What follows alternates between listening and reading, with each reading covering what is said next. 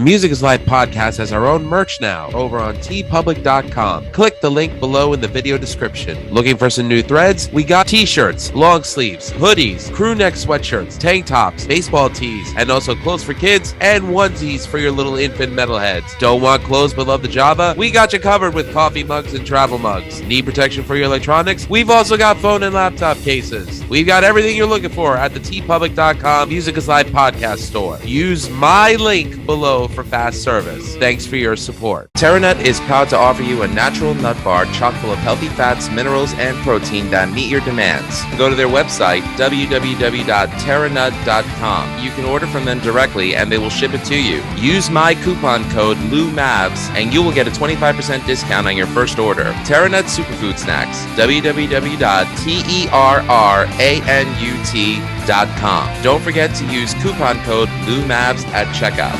Fuel your life. Ladies and gentlemen, how do? We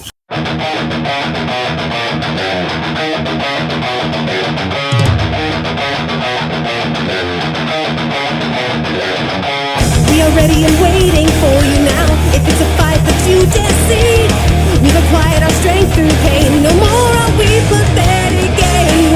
You are the reason why we claim that we've all become this way. And I regret this prison that I've created for myself. Who can it be? Who makes us cry? Won't save us from ourselves. I close my eyes and then I pray that revenge can be as sweet as it sounds. We are the rebels that force from your hate as you play out. Someone want to fight with you, to argue to, or make the love yell. My heart still beats, my eyes still cry, and I can't forgive you for this.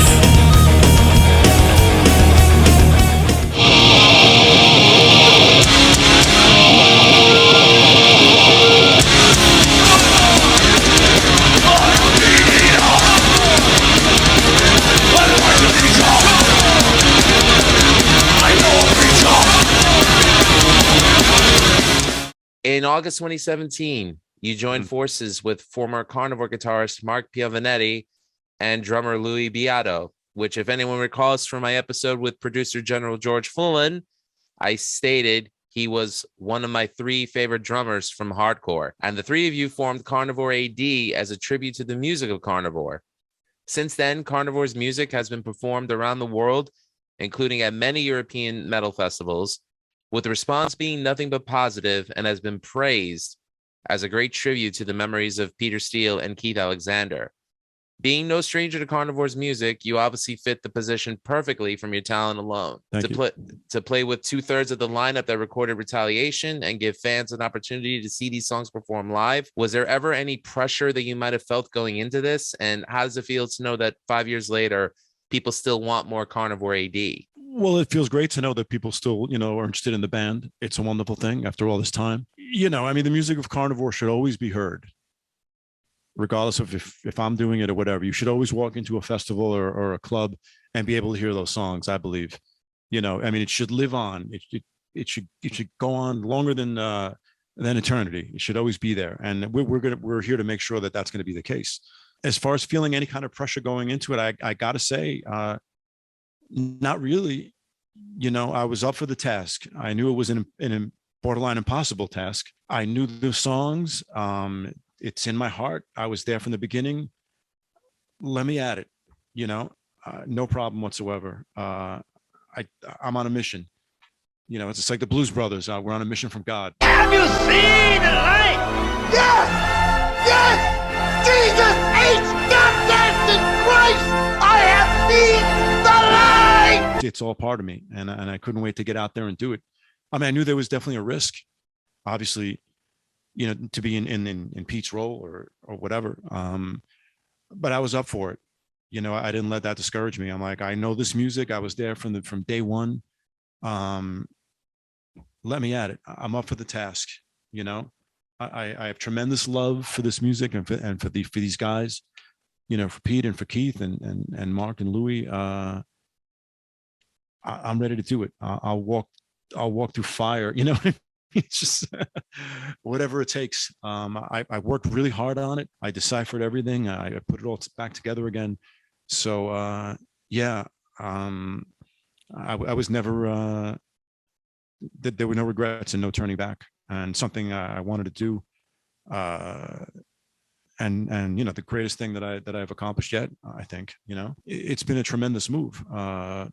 As I mentioned before, the origin of my involvement was that I actually had reached out to them. I had reached out to Mark and Louis. 2017 was the 30th anniversary of the release of Retaliation.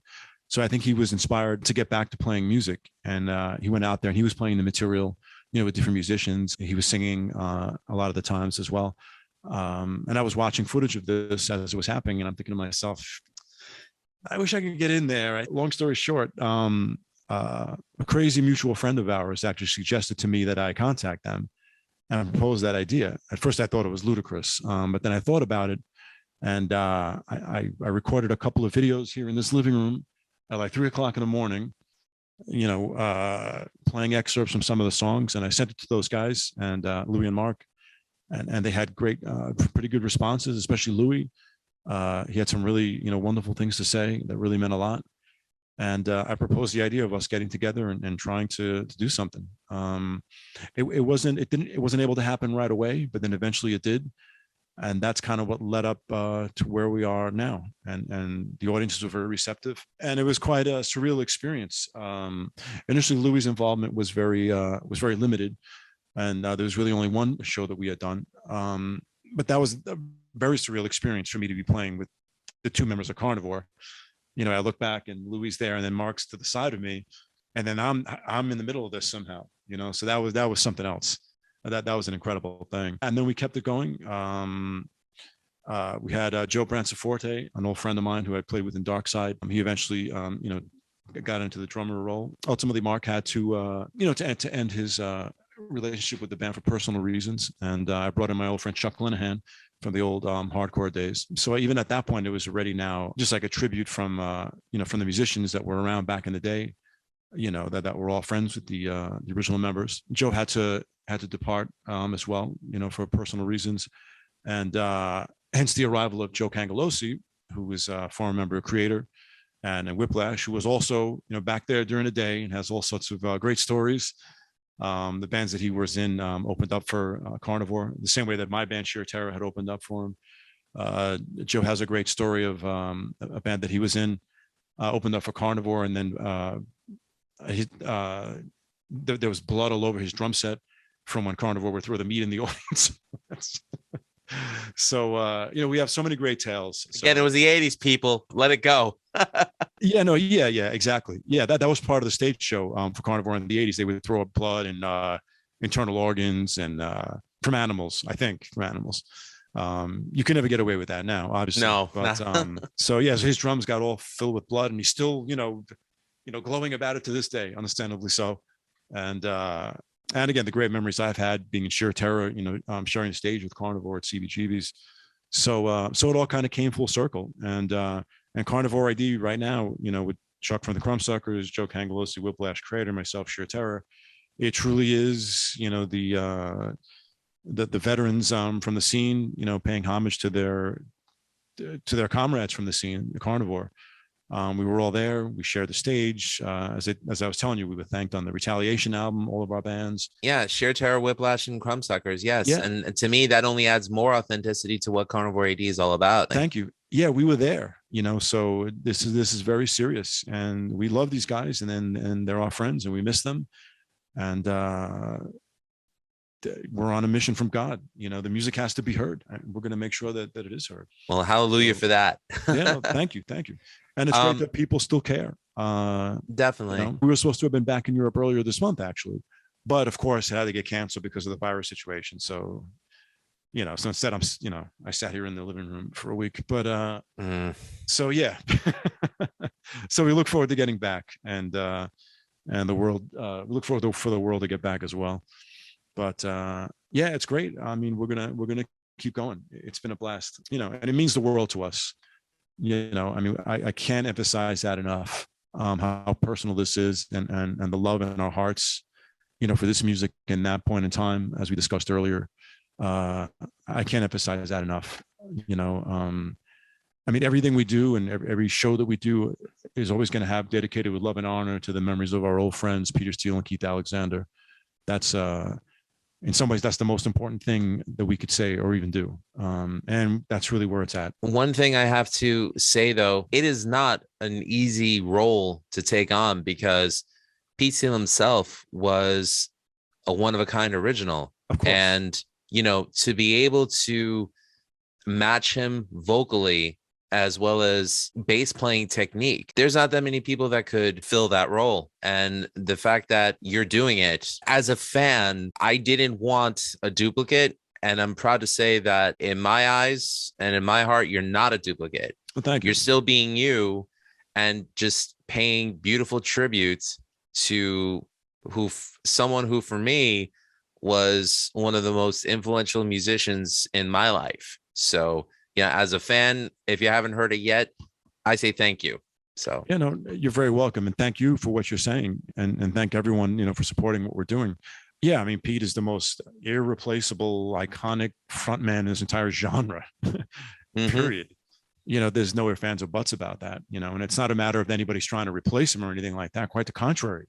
It would be an impossible task. And that's totally not what it is. It's just a matter of recreating the sound and bringing it back out there.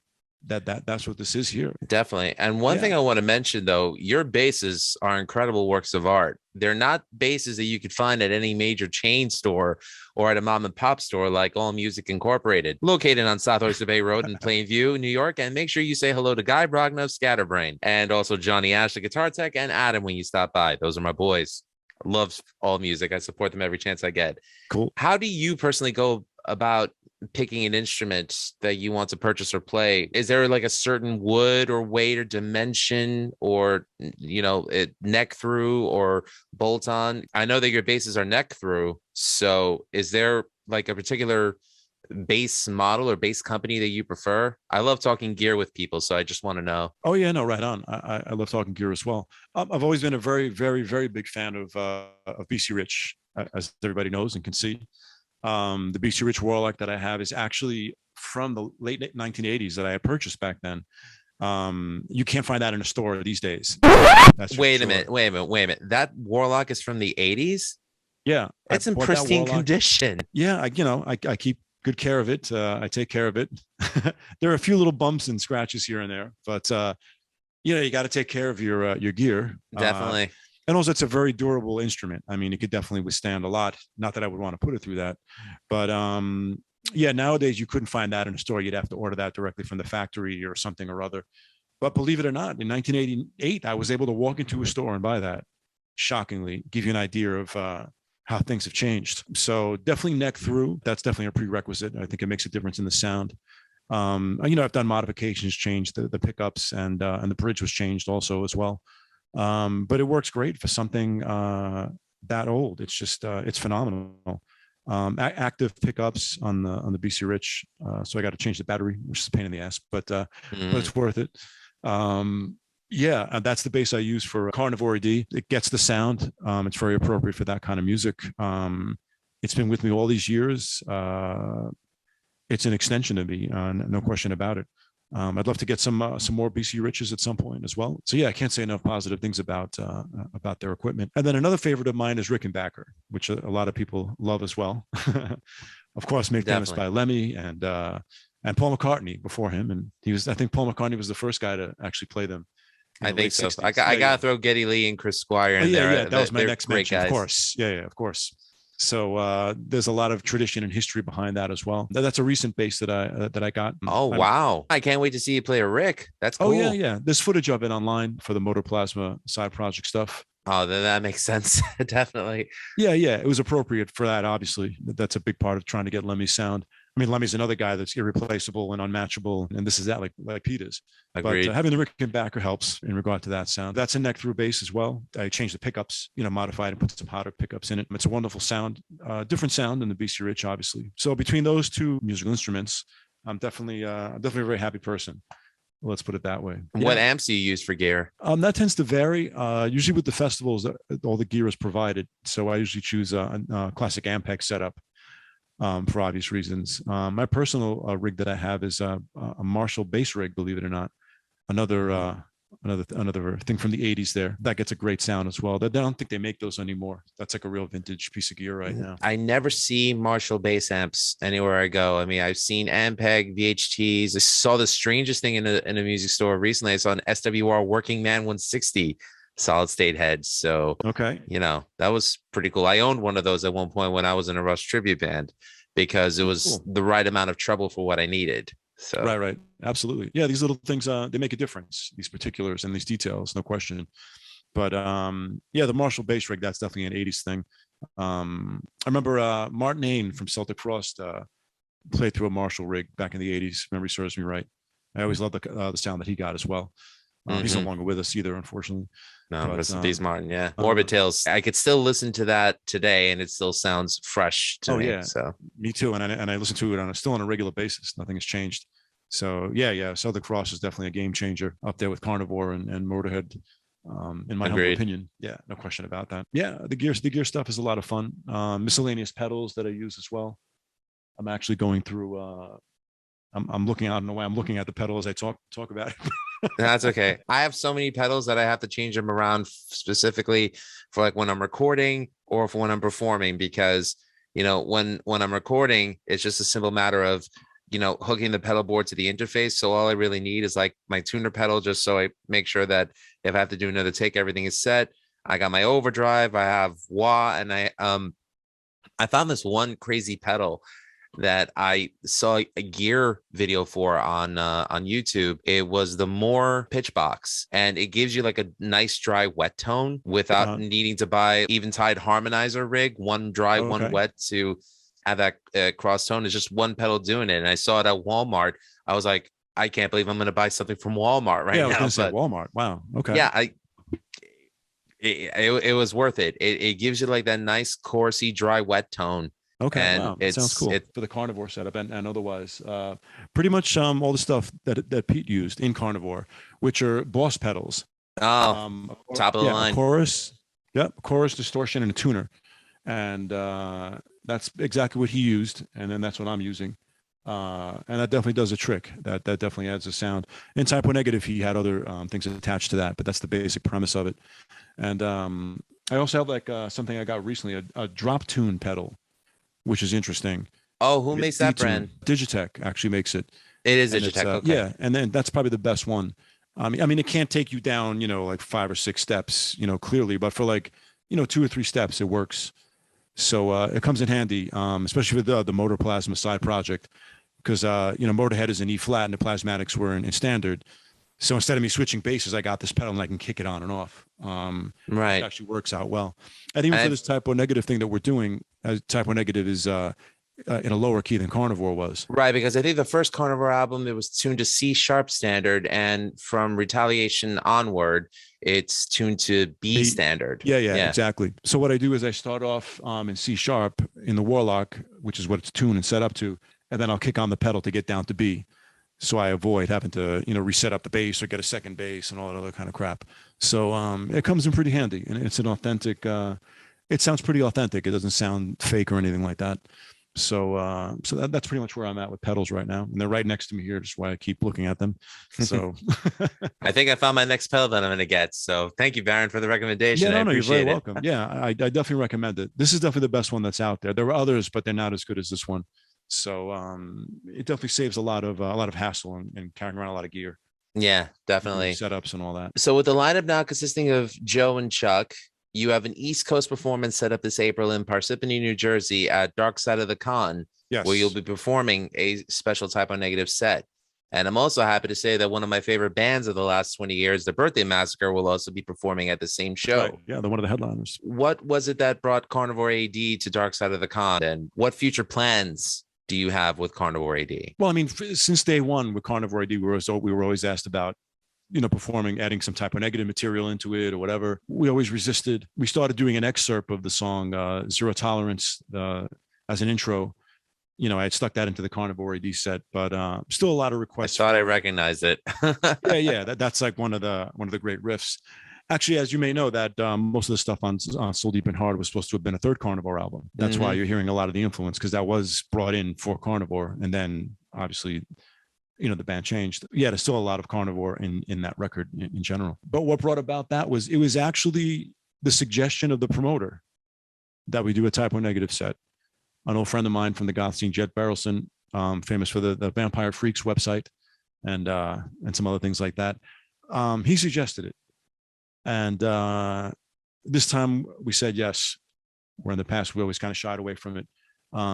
It's something that we always kind of wanted to do, and we knew we'd probably do it eventually, but all the planets were in alignment this time around when Jet made the suggestion. So we're doing it. We're working it out right now as we speak. You got to be careful for what you ask for. You may get it.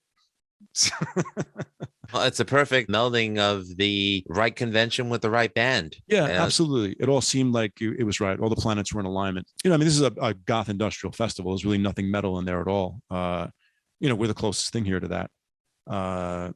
Initially we had talked about Carnivore, but they weren't sure, because of the different type of music or whatever. Also, a lot of people that are outside of the hardcore and the metal scene aren't that familiar with Carnivore at all. And a lot of them are just discovering it now for the first time. So yeah, so the idea of a Type O Negative set is what really grabbed them, and we're going to do it. That's awesome. And what future plans does Carnivore A.D have after Dark Side of the Con? Just to keep doing what we're doing, get back to Europe. We have a lot of stuff that has to be rescheduled. There's more East Coast shows coming up. We'll be in Jersey and Rhode Island again, some other stuff as well. Connecticut, just doing what we're doing. Carnivore A.D is more about the live performance. Obviously, we're not going to, put out a record or anything like that. I really don't think it's possible to record, songs without Pete being the songwriter. This is more about that. And it's more about the live performance as well. I always tell people, if you want to hear recorded Carnivore music, listen to the records. We're just here to fill in the gap, the gap that exists because there's no live performance. So yeah, just more of what we've been doing. That's pretty much what's on the agenda for Carnivore A.D, just to get back out there, bring the music back to people, bring the old hardcore vibe from the 80s back out to everyone. It's a real nostalgia trip, it seems, at this point. Yeah, so that's the plan. As far as a Type O Negative set, we'll see, where we take that from there. But it's been a blast, incorporating the keyboards into it as well. We're performing with, the three of us and a fourth member, Evan Strumar, who's a member of Misuraca and also is the guitar player in Motorplasma. He plays both keyboards and guitar. And he does all the video edits of the stuff you've seen online. They're definitely, a real tech kind of a person, like a Mr. Spock kind of a guy. Nice. He's your chief science officer. I like it. He totally is. Yeah. So he's, he's opened up a lot of possibilities, and he's a great friend and a very serious musician. A good guy to have, on board here. So he'll be doing the keyboards. You had asked me about that earlier. You have to have the keyboards, for the Type O Negative material. I mean, you could do it without it, but it wouldn't sound right. It was such an integral part of the sound. Of course, no question about it. There's ways to get around it, but not for a whole set. When we do that excerpt of Zero Tolerance that I was mentioning to you, we have actually Chuck playing the keyboard line on guitar. So, but that's just for an excerpt, and it works. But for a full set, it had to be done the right way. If you're going to do something, you got to do it the right way. Absolutely.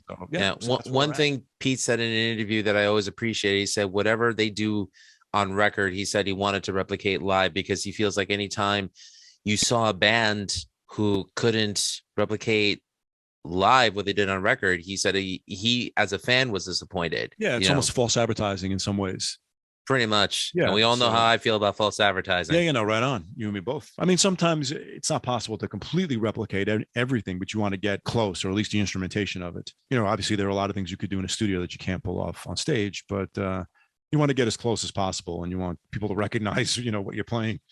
So definitely, so yeah, that's where we're at, and we're working hard. It's a lot of work to get this together and put it together, but it's been a blast. So more and everything as it develops.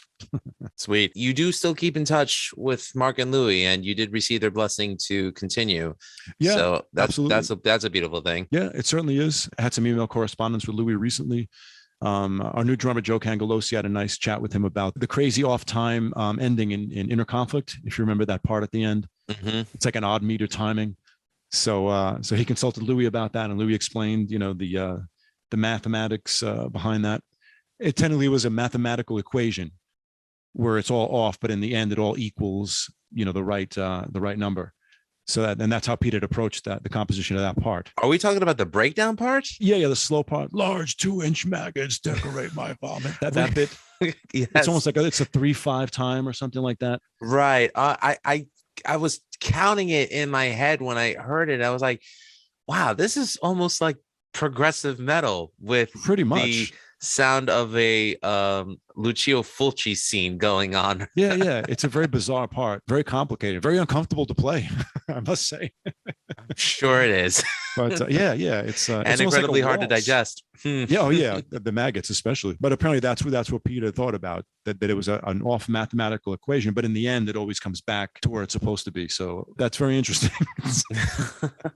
It's a drummer thing, I guess. Drummer talk. That's a great story. Yeah, and that's a rough part though. Well, you've pulled it off, so that's awesome. Thank you. The video speaks for itself. So one other project that you're involved in, which I'm happy to discuss with you, is a group called Motorplasma, where you perform the music of Wendy O. Williams and the Plasmatics and Motorhead. And if anyone who knows me knows out there, Motorhead's one of my top 10 favorite bands of all time. Also with Typo and Sabbath. You can't get more real rock and roll than Wendy O and Lemmy. And you can't get two more similar mindsets either. I mean, nobody could have pulled off Stand By Your Man the way they did. You know it. Nobody. Okay. I was wondering if you knew. Okay. Oh, I know my history. Right. That's cool. How many times Wendy O jumped on stage with Lemmy to sing No Class? Absolutely. All right. I'm impressed, because I actually get asked often. I'm like, well, what's the connection between the two? What's the connection? I have to explain. Well, they played on each other's records and they did a duet together. They performed live together. Some people don't realize. And a lot of people don't remember the Plasmatics, especially the younger audience. The Plasmatics broke up a long time ago, and Wendy's been gone for a while now, as we know. This is true, but Wendy O, her WOW album, I call it the Lost Kiss album. No question about it. Oh, yeah, absolutely. It's a Kiss record with Wendy singing on it, essentially. Right. To me, it's as good an album as Creatures of the Night. And I think so. And that to me is one of my all-time favorite Kiss records. Yeah, one of mine as well. Absolutely. Well, they both came out around the same period of time, 83, 84. Similar style. As you know, the members of Kiss played on Wendy's records as well. Yes, and I thought it was funny that Gene Simmons changed his name to a Jackie Gleason character. Reginald Von Helsing. That's the one. Yeah, that was his alias. Yeah, absolutely. Hello, Mother. My, but you're getting fat. And I have found that there are more things that are interesting than chasing girls. Oh, and what is that? Catching them. But on a sad note, it was Gene Simmons' involvement that actually broke up the Plasmatics. So I love the Demon for what he's contributed, but as far as him thinking he was a genius businessman, no. Yeah, I mean he did that with a lot of bands, and then he kind of dropped them later on. You're better off talking to Richie Stotts about this than myself, who is a friend of mine. Actually, I'm very happy to say. The members of the Plasmatics are friends of mine, and I actually knew Wendy as a kid. Really? Yeah, that I did not know. One of the most cherished memories of my life. As a matter of fact, I even have half of a chainsaw guitar here that Wendy gave me in 1983. Holy shit! Which has been a center part of my living room, and I have a smashed up television set that she gave me as well, which I have in storage. Well, that is iconic Wendy right there. Yeah, so the Plasmatics meant the world to me. That's probably my all-time favorite band, and Wendy was my hero. And the times I spent with her chatting as a kid, again, the most fondest memories of my life. It pains me the way her life ended. I mean, it's tragic. I'll admit it. I do believe in a lot of Christian principles. It breaks my heart when someone ends their life like that, especially with everything that she's contributed. I'm not saying that, her soul's going to hell or anything like that. I don't adhere to those principles, but it's like, to me, And I don't like putting people on a pedestal either, because as far as I'm concerned, everyone is equal in terms of if they're good or they're bad. And it's like, it's what you put out to the world that I think matters the most. And she brought so much joy and fun to people. Absolutely. And, she's well loved and well missed. Absolutely, especially by me. I think about her all the time, and I still think back to when I was a kid. I was shocked that she was as despondent as she was to go and commit the act that she committed. When I knew her, she was very maternal. Maybe people, find it hard to believe, but that's how, that's the vibe I got from her. And again, I was fortunate enough to be able to spend, quality time with her chatting. I would go to all the Plasmatics shows during the Coup d'etat tour. Even though I was 16, I was still able to get in, New York City in the 80s. And nowadays that just wouldn't happen. To this day, still my favorite band. And I think about her all the time. And a lot of great stories about her and the stuff we talked about. She really cared, about a 16-year-old Poindexter like myself. I used to have a mohawk, and I went to all the Plasmatic shows. The Plasmatics is another place where I found myself, the way that comic books were, when I was in grade school. I think the Plasmatics were more where I found myself, in my preteen years. That's a very awkward time of your life. Right, going through puberty and all that, but somehow the Plasmatics got me through. It gives you an idea, what's going on in my mind. And to meet the band, it was a dream come true. And I'm still friends with Richie and TC Tolliver, the drummer, and they approve of Motorplasma, and they've said positive things about it. And I've actually had the pleasure of jamming with them as well in the past. So it's a tremendous honor. So between that and Carnivore, this is why I don't care if I play my own songs. I'm playing songs by the people that I love that mean the world to me. Yeah, but Wendy's a very special person and really means so much. And I think about it all the time. If I could ever go back in time, I'd want to go back to 1983. Those moments, where I got to talk to her and all the stuff that we discussed and the situations. I remember one thing real quick, which is classic Wendy. I'll mention this really quick. As I mentioned, I was somehow able to get into all the shows at a fake ID in New York City in the 80s, and I would follow them around on tour. But then there was one show that was out of town, and I went there, and they weren't having it. They were like, "You're not getting in here with this fake ID." So I was stuck. I'd gone there by train, obviously, and for some reason the trains weren't running frequently, so I had to wait hours for the next train, and the station was by the venue. So I just hung out by the venue and just waited for the train. And then the show ended, and then people are coming out, and then Wendy comes out of the venue and sees me, and she had known me from all the other shows when we would chat and all that.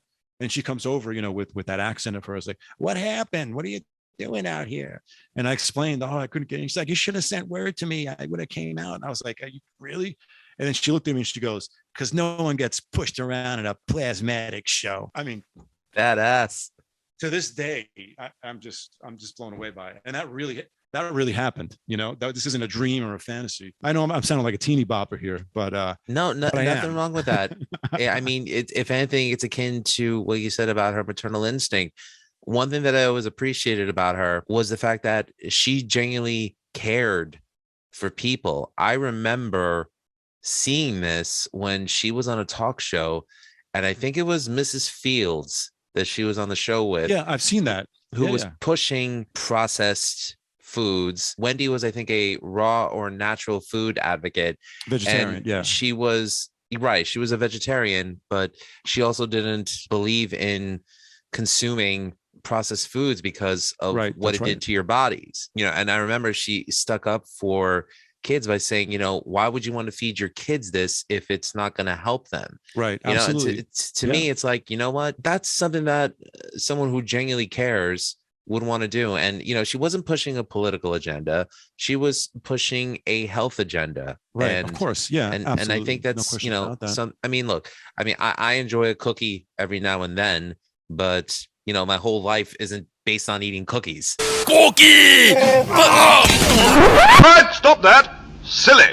Or, of course. Or like I enjoy a beer now and then, it's everything in moderation, but no try to eat more natural stuff. Unfortunately, our culture, in America and in a lot of parts of the world is based around junk food, basically. Yeah. And that's unfortunate. So that was something that she was really very serious about. I remember the food that she ate at the shows backstage. I was actually fortunate enough to be able to get back there, and she would have alfalfa sprouts, tofu, which I didn't even know what that was. I thought it was cheese. I remember they offered me some of that. I'm like, is that cheese? And I ate it. And I'm like, what is this? Alfalfa sprouts and carrot juice. She always drank carrot juice. And she was very, very strict about that, having all that at the shows. And she always tried to get the other guys in the band to eat healthy. Again, Richie would tell you more about that. Richie Stott's the guitar player. So yeah, there was that side to her, and she was in great shape, and the fitness thing and all that. She was in top peak physical condition compared to a lot of the musicians from that time. Absolutely. She's my hero. You know what I mean? Just still to this day, I'll be 100, I'll be 900 years old, and I'll still be telling these Wendy stories. Even if nobody listens, I'll still be telling it. Hey, I'm listening. So I know, and you know the deal here. We want to make sure everybody remembers the Plasmatics. So it's it's a real labor of love. I mean, it's a stretch. I mean, for a guy to be in Wendy's role, but I welcome these impossible challenges. So it really takes me back. I'm 16 years old all over again when I do that. I close my eyes and I pretend it's 1983. Well, that's the thing about music again, that's why it's as wonderful as it is, because it gives everyone a reason to not feel their age, being able to be on stage and just pick up a guitar, pick up a bass, or get behind the kid and just rock out, have fun, and just bring joy to themselves and others. I mean, to me, it's, I don't know, it's more fun than going to a ball game, but that's just me. I couldn't agree more. Yeah, no doubt about it. It's the closest thing we have to like a fountain of youth or something, or being able to travel back in time. Music can bring you back there. Definitely. Extent. Yeah. I don't feel my back aches when I'm on stage, people. I'll wait till the day after. There you go. That's a beautiful thing. We're lucky that we have that. Definitely. So, So and worst case scenario, thing. There's always Advil.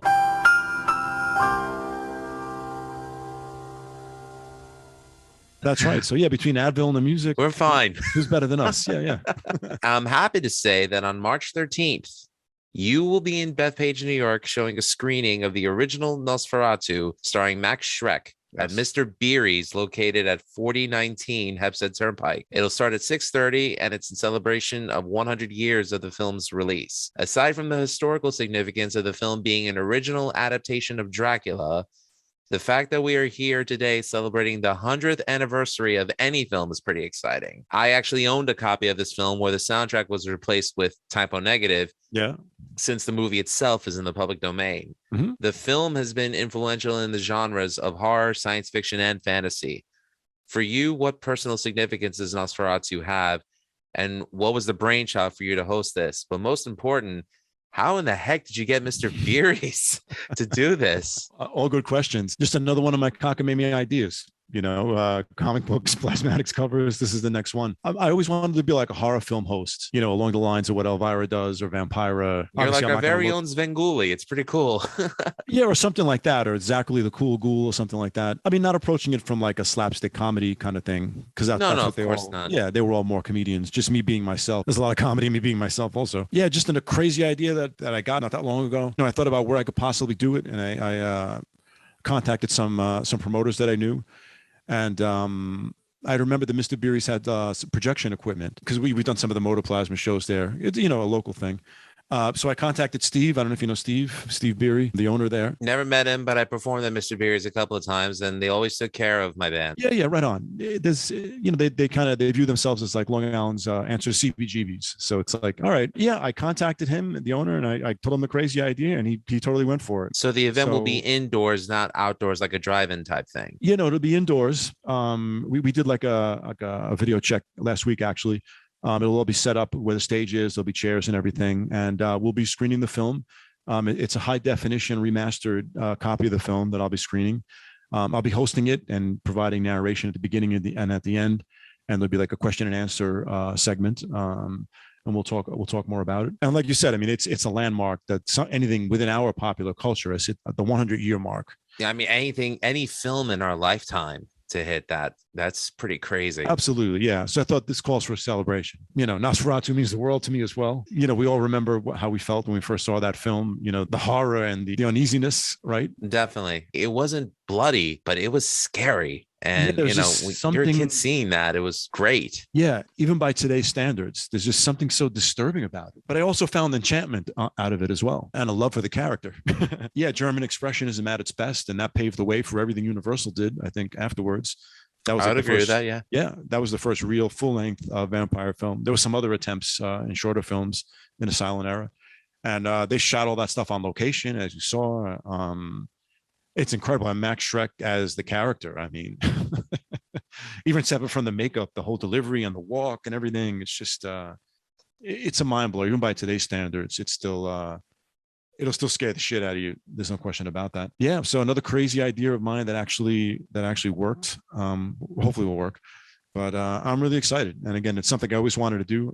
You know, I mean, for decades, I've been sitting here rambling on and on about horror films anyway. So I figured I might as well do something constructive with it. There were two things that scared me as a kid. One was Max Schreck, and the other one was the Bogeymen in the Laurel and Hardy Babes in Toyland film. Right. Those were scary. I forgot about that. Yeah. I mean, I have to fast forward them every time we watch them around Thanksgiving and Christmas because my daughter gets freaked out by that. Oh, okay. Like, I better not show her Nosferatu, but yeah. Maybe she should wait a little while for that. But I can't wait. You know? Yeah. She'll know when she's ready. I remember the first time I saw it was in a book about horror films when I was in grade school. From the library, actually, if memory serves me right. And I think I still have the book. I never returned it. And that's a pretty hefty fine that you must have. yeah. I think my parents took care of that at some point in the 70s. But okay. I was just blown away. I'm like, what the devil is this? You know, and then eventually I saw the film and I've been a very big fan ever since. And as you mentioned, Typo Negative did a soundtrack. There's been a lot of different soundtracks to the film throughout the years. Typo Negative, I have a copy where it's jazz soundtrack, believe it or not. A jazz soundtrack? Yeah, absolutely. That's pretty odd, but I'd like to see that. Yeah, it's interesting. You know, like the scenes where he's walking, you hear Oh, it's kind of. I was thinking you meant like jazz, sort of like a 70s expressive or aggressive jazz. No, not so much that. More like stand-up bass kind of a thing. Definitely kind of strange. The version of the film that I'll be showing has the musical score for that is actually the original score that was used back in the day, not the original recording. But the music that the composer had composed 100 years ago, re-recorded, obviously in the modern era, that's the soundtrack that's in this version of the film that I'll be showing, which definitely further adds to the authenticity of it and really takes you back to the head where they were at the time. It's a great soundtrack. Everything you could imagine, just real creepy and that kind of thing.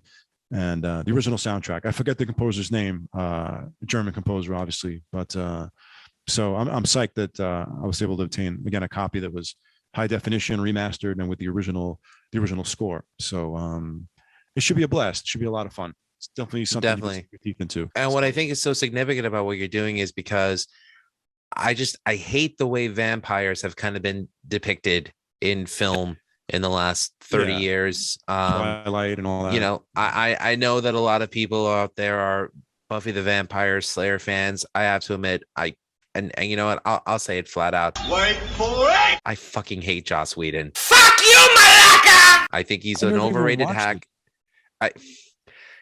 I started watching it because I wanted to know why girlfriends broke up with me every time I called them during Buffy. I'm like, what is the significance of this show? And the problem with Joss Whedon is that everything he does is so interchangeable. Like if you take a Buffy the Vampire Slayer and a Firefly, if you take the character studies out of them, it's the same shit.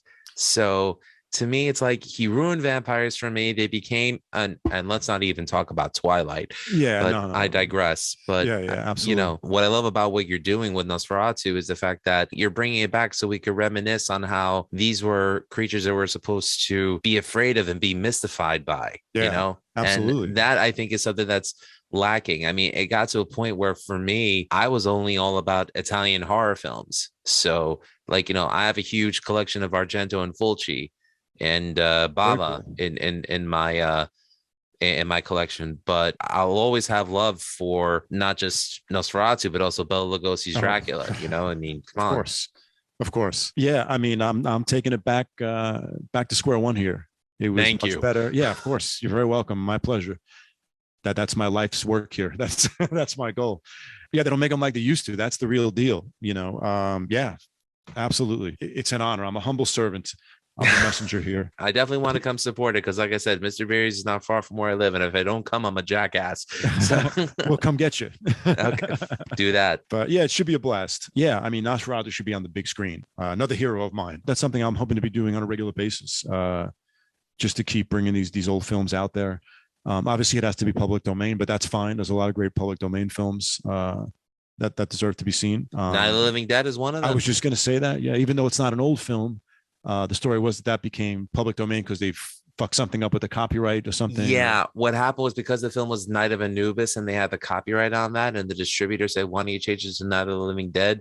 And they never got the copyright on that. Right. Yeah. So they kind of screwed up for themselves, unfortunately. But yeah, that's another one I'd like to show. And even some of the Bela Lugosi films, the Monogram ones. I mean, a lot of them are kind of pathetic, but some of them have some good moments. And it's always good to see Bela, even in a shitty movie. He still definitely shines. Those are possibilities as well, you know. Well, I do know there's Bela Lugosi meets a Brooklyn Gorilla. yeah, maybe not that one. I'm thinking more. Okay, good. The Devil Bat, perhaps. All right, it's a possibility. I mean, they're all still pretty crappy, but again, seeing him, with the exception of the Brooklyn Gorilla thing, I own that one. Yeah, no, I got it too. Yeah. I was watching it like months ago. As a matter of fact, it's on my Blu-ray copy of the Duke Mitchell film Massacre Mafia Style, so I couldn't I'm avoid sorry to it. hear that. Oh, but I like that film. Yeah. Not the Brooklyn Gorilla, the Massacre Mafia style. Yeah. No, I was saying I'm sorry to hear that you have the Brooklyn Gorilla on. But it came with it. All right. Well, it's Bela's Bela, right? But Planet Out from Outer Space, the worst film ever made. I know, but I do have love for Bride of the Monster. Yeah, I me too. Do. Exactly. Yeah. So these are all possibilities of things that I could be that I'd be interested in showing. If I can continue with this crazy project. I even think Phantom of the Opera and Hunchback of Notre Dame are in public domain, right? Even though they're from Universal. I think they both have to be in the public domain. I know there's a list of public domain films out there. They should be on it. If not, then we'll wait. yeah. It'll be a matter of time. But those are some other possibilities. So yeah, I really hope to be able to move forward with this project. Last year was the 30th anniversary of the first Typo album, Slow, Deep, and Hard. I was trying to do something ambitious and get people associated with Peter to talk about the music and remembering Peter in their way to honor him, similar to how I had Lorelei Shellist on the podcast, where one episode was dedicated to her late fiance, Steve Clark of Def Leppard. Unfortunately, logistics made it impossible to have anyone on the show since Louis moved to Florida. Johnny Kelly has been busy with Silver Tomb, Quiet Riot, and Kill Devil Hill. Josh Silver prefers a life of privacy, which I completely respect, and a possible lack of interest from others. Do you have any fond memories of Pete or Keith? Anything that you like to share about him? Yeah, I sure do. We could be on here all night. I'll start with Keith first. We want to make sure that he's very well remembered as well. Everybody's always going to remember Pete. But, we always include Keith in that. And everybody, for people that don't know, Keith played on the first album, not on the second record, as you know. And he went on to form Primal Scream and do like a lot of other different things until he unfortunately passed away in a bicycle accident back in 2005, which is very tragic. Yeah, I mean, a lot of fond memories of Keith. I remember after I left Sheer Terror, I started a band, Desecrator, which was more, like an 80s thrash kind of a realm. And I remember Keith actually, and we had to change guitar players, and we were looking for a guitar player, and he had heard about it. And he wanted to come down and audition, actually, which I thought was incredible. I mean, I would always run into him in the neighborhood and things like that. And he came down. He wasn't really prepared. He really didn't learn our songs that well. But then we ended up just jamming on some of the Carnivore songs. So that was my first. And he showed me some of the parts and all that. So that was my first introduction to actually playing some of that. I remember we did some of Male Supremacy and the song Carnivore. And I remember he would refer to the suspended chords as nuclear chords. I always remember that. Give you an idea of his kind of sense of humor. So yeah, just like a lot of fond memories. And again, I would always run into him in the neighborhood in Brooklyn. I remember one time, and I would take the bus. Obviously, I was a kid. I remember coming back from a Sheer Terror rehearsal, and I had more of like a punk kind of a hairdo or something, and I had Sheer Terror written in blood letters on my bass case. And I'm getting on the bus and everybody's looking at me like, like what the hell's going on here? Then the next stop, Keith gets on the bus and he's got like a guitar case that he built. It looks like a coffin, and he's got his whole caveman look, and everybody's looking at him. And then we see each other and it's like, oh, the punk and the caveman are riding the bus together. Everybody's thinking. So I thought that was kind of funny. So little things like that I remember. And as far as Pete goes, I first met Pete when I was 16 years old. I was friends with him up until like a year before he passed away. And it was always a pleasure running into him and chatting and listening to some of his crazy ideas and crazy jokes. I remember we did a show where we opened up when I was in sheer terror. We opened up for Carnivore at CBGB's, and I'm 17 years old at this time. And I would actually do shows without any equipment and just like hope that somebody would loan me the gear. That was kind of like a hardcore thing, you know? So we had I've experienced that many times. yeah, you know how that goes. So we had the show at Carnivore. Now it's time for us to hit Pete up for the gear, you know, and he was actually confused that I would be playing shows without any equipment. And he graciously let me use the equipment. But he was like, you know, in a very kind of paternal way, he's like, wait, you know, you can't do any shows if you don't have any equipment. Eventually you gotta get something, right? I'm like, yeah, no, you're right. And eventually I did. So I just remember his words saying that to me. Then would you have to tune his bass up from C sharp standard to E standard? No, not at all. No. Okay. You know, I had my own bass, yeah, but just none of the amplification. Yeah. So I wouldn't have pushed it that much. And I thought this was just the thing when I was playing gigs in the hardcore scene. Yeah, no, it had been around even in our day there. But just like the look on his face, he's like, you have the audacity to come here just without anything and just hope someone's going to loan it to you. So, but that was great as a kid. Then I remember Pete telling me once that I was, when I was in high school, that was my Plasmatics face, and I had a mohawk like Wendy, and I would go to high school and everybody hated me and wanted to kill me. I remember Pete telling me years later, he's like, you used to go to John Dewey High School and you used to have a mohawk, right? I'm like, yeah. I'm like, how do you know? He's like, no, I always saw you coming in and out. I'm thinking, look, I didn't see you. Where were you? Like, how did I not see you? You know, you should have said something. You should have came over and said something. Yeah, we're talking about 1983. So Carnivore was just maybe just starting to get formed. Yeah. So just something funny that he's telling me years later that he saw me with a mohawk going into high school. I'm thinking, where was he? How did I not see him? You know, so you know, just little silly things like that. That's what I think of the most when I remember Pete, you know, especially the older days. I mean, you know, when he was healthier and things were a lot clearer for him, you know what I mean? Before any of the problems arose and some of the stuff that he got into, that seems like that's when he was truly happy at that point in time, you know? And I know that he always missed the hardcore scene and always reflected back on it. So yeah, so those are the best memories. You know, again, we could be here all night. You know, so many little stories like this. Well, I appreciate the two stories you gave about Pete and Keith. Yeah, I mean, my pleasure. I only have one Pete Steele story, and it's not that exciting. I was at Lemoore in Brooklyn. Armored Saint was playing, and at the time I was a college radio DJ, and Metal Blade put me on the guest list because I had Armored Saint on heavy rotation. And here I am in Brooklyn, 19 years old, so I didn't have ID to buy beer. All of a sudden, who comes in through the doors but Pete Steele with the green army hat and his green jacket? And I look up and he's like, hey, how you doing? I'm like, I couldn't say anything because I was starstruck. I'm like, holy shit, it's Pete Steele. If I could see him today, all I would say to him is just thank you, because talking about the Poindexter thing and talking about the reject thing, the music of Typo, and mind you, I did discover Typo before I discovered Carnivore, because I remember when Christian Woman and Black Number One were played on repeated rotation on Q104.3 when they were still playing metal and hard rock before they went full alternative, then classic rock. That's how I discovered them, was during the Bloody Kisses era. And all of a sudden I just became a fan and supporter for life. I just wish I could say thank you to him, but I can say thank you to you for keeping his music alive and doing such a wonderful, admirable job of doing it. What you, Chuck, and Joe do is just bring joy to fans of this music that have been missing it for so long. So thank you, Baron. You're very welcome, Lou. You know, it's a very emotional thing, you know, and it's our pleasure. You know, I mean, we really miss the guy, and you know, we wish we weren't doing this. We wish he was doing it. You know, I would much prefer to be in the audience still, to be honest. But no, what you're saying means a lot, and I hear that from a lot of the fans also. You know, everyone has a story about, you know, similar to what you said, how the music of Typo Negative or Carnivore got them through a hard time, myself included, more with Carnivore. You know, and when I was a teenager, you know, going through a rough time, you do stupid things. You know, it was the Retaliation album that kind of got me through some of that. You know, and I remember talking about that with Pete as well. So yeah, it's touched us all. He touched us all in some capacity.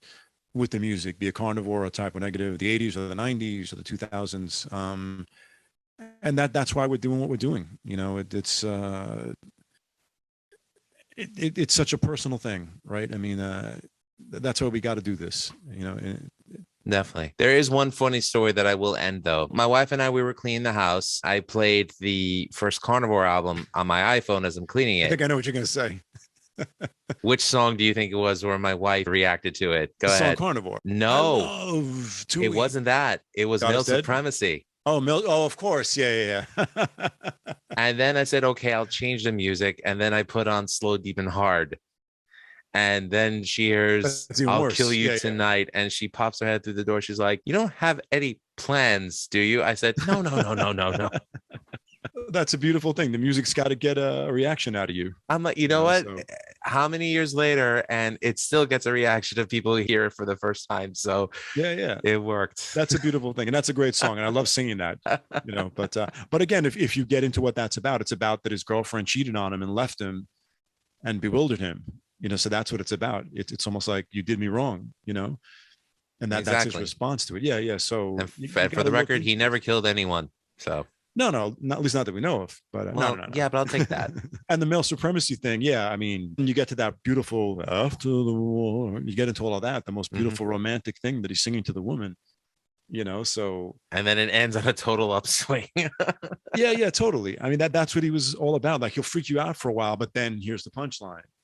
Right, exactly. No, And so again, that's that dry wit, that's sarcastic New York humor. yeah, it's very New York, very Brooklyn, very 80s. Mm-hmm. You know, if you were here, you understood, you know, you as a New Yorker, you know. So I could see why a lot of people that would freak them out. You know, they never heard anybody talk that way. Well, I'm not from Brooklyn. I'm Queens born and bred, but you know, Yeah, I had to thank the thing. Marx Brothers for my sarcasm. Okay, yeah. It all ties into the same thing. It's all under the New York umbrella. You know, there's a variation between Queens and the Bronx and Brooklyn, but That's right. Groucho Marx, the original Pete Steele. there you go. He set the pace. This is one of the few times I have a genuine smile on my face interviewing someone because they just get it. I'm glad to hear you say that. I have a genuine smile here as well. So Awesome shit, man. Thank you. yeah. If people want to find out more about what you're doing, Baron, where can they find more about you, Motorplasma, Carnivore A.D? Please plug your stuff. The best way is the social media pages. You know, this is the cultural phenomena of our time, social media. So my Facebook page and my Instagram page under my name, Baron Misuraca, and we have the Carnivore A.D page and on Instagram as well. You can just put in a search and we'll pop up. Again, my Facebook page and on Instagram, my page and the Carnivore A.D page. And the Nosferatu and comic book and Motorplasma info was on my personal pages as well. No, actually, there's a Motorplasma Facebook and Instagram page as well. I forget myself sometimes. So yeah, just put them all in there in the search engine, it'll come up. And there's links to it all on my personal pages. So you know, we're out there. We're bordering on overexposed at times. Yeah, do check us out. Stop by and send us an email. Preferably not hate mail. We're always curious to what people are thinking and what people like. So and it's always nice to hear from people, you know, with experiences like yourself, you know, who cherish this music, and the people that we've spoken about, be it Nosferatu or Wendy or Pete or whoever it might be. That's a great combination, right? Definitely. Baron Misuraca, I cannot thank you enough for blessing the podcast with your presence. Thank you, Lou.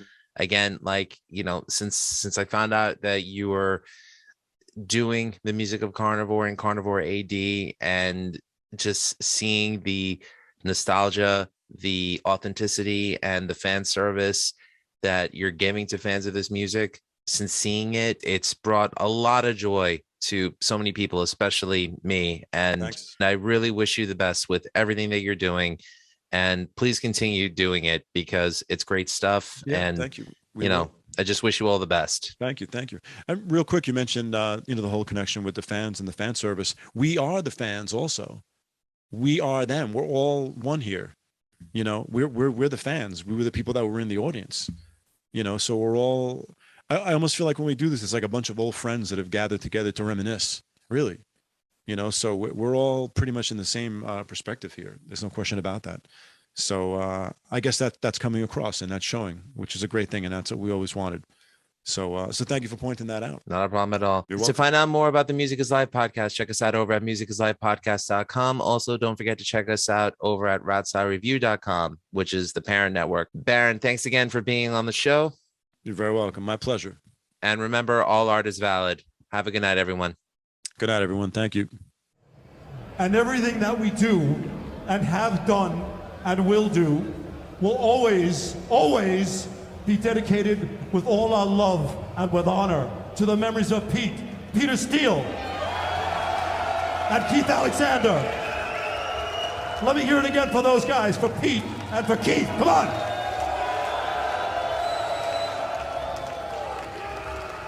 We are the rebels that forge from your hate as you plan. Someone to fight with you and argue to or make the you. My heart still bleeds, my eyes still cry, and I can't forgive you for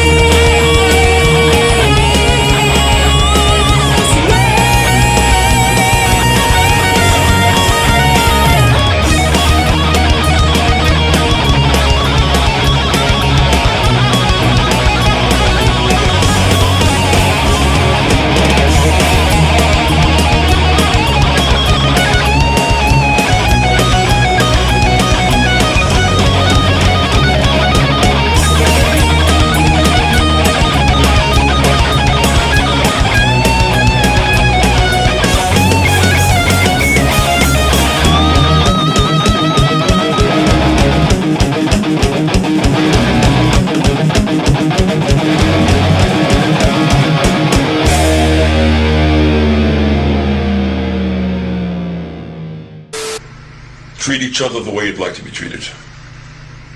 That's all. Il ne m'en est pas traité l'Esprit Saint. C'est pas ton goût.